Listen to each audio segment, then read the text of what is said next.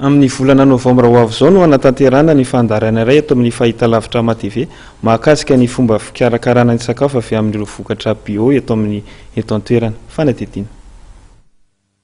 Manana lanja tsy anjara toerana goavana amin'ny any ivelany vokatra biolojika ho antsika eto Madagasikara dia isan'ny manana tombony betsaka amin'izany indrindra isika satria dia saika ho vokatra natoraly avokoa ny zava-maniry izay vokarintsika eto an-toerana. Manoloana izay indrindra dia isy ny fifananana cuisine bio izay karakaran'ny orinasa CEH na ny Société d'Exploitation Hôtelière sy ny Ferme Tivato izay manana vokatra biolojika. Objectif-nay voalohany indrindra alokany dia ny ampahafantatra ny atao hoe cuisine bio. Ny olona rehetra moa dia teny foana hoe tsika malagasy manao cuisine bio, mamono bio, kanefa izany manao fambolena ara-biolojika izany manaraka fenitra maromaro izay vao tonga amin'izany dia tianay ampitaina amintsika mpanjifa hoe ohatrin'ny ahoana izany fambolena ara-biolojika izany, ohatrin'ny ahoana ny sakafo raha ohatra ka manaraka an'izay fambolena ara-biolojika izay ilay tanjona voalohany. Dia ilay tanjona iray faharoa ny teny atao hoe destination touristique ho any Analamanga.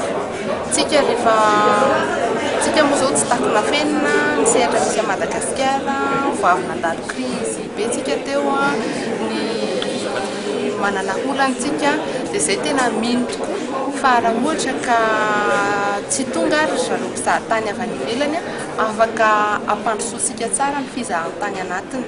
Ankoatr'ireo dia isan'ny manohana ny hetsika ihany koa ny or-tanàna ny ofisy misahana ny fizahantany amin'ny faritra Analamanga. Asan'ny or-tanàna dia ny fampahafantarana ny faritra Analamanga eo amin'ny lafiny fizahantany. Fa ny faritra Analamanga izany dia minavina eo anatiny, ao ny olona, ao ny toerana, ao ny tanàna. Ny alalan'ny or-tanàna matetika dia ohatra izay natao hoe fampahafantarana tanàna. Fantatrareo koa nefa fa efa misy ny resaka fampahafantarana ny olona dia ao anatin'izany ny olona sy ny kolontsaina dia ao anatin'izany ny hira gasy hitantsika isaky ny alahady ireny, ao anatin'izany ny alavositsika hitantsika ao Antananarivo mampahafantatra ny mpanoratra sy ny efitrano mpanota boky amin'ny teny malagasy. Afaka mandray anjara amin'ny fifananana avokoa ireo rehetra mankafy manao sakafo na eo amin'ny sehatra matianina izany na tsy.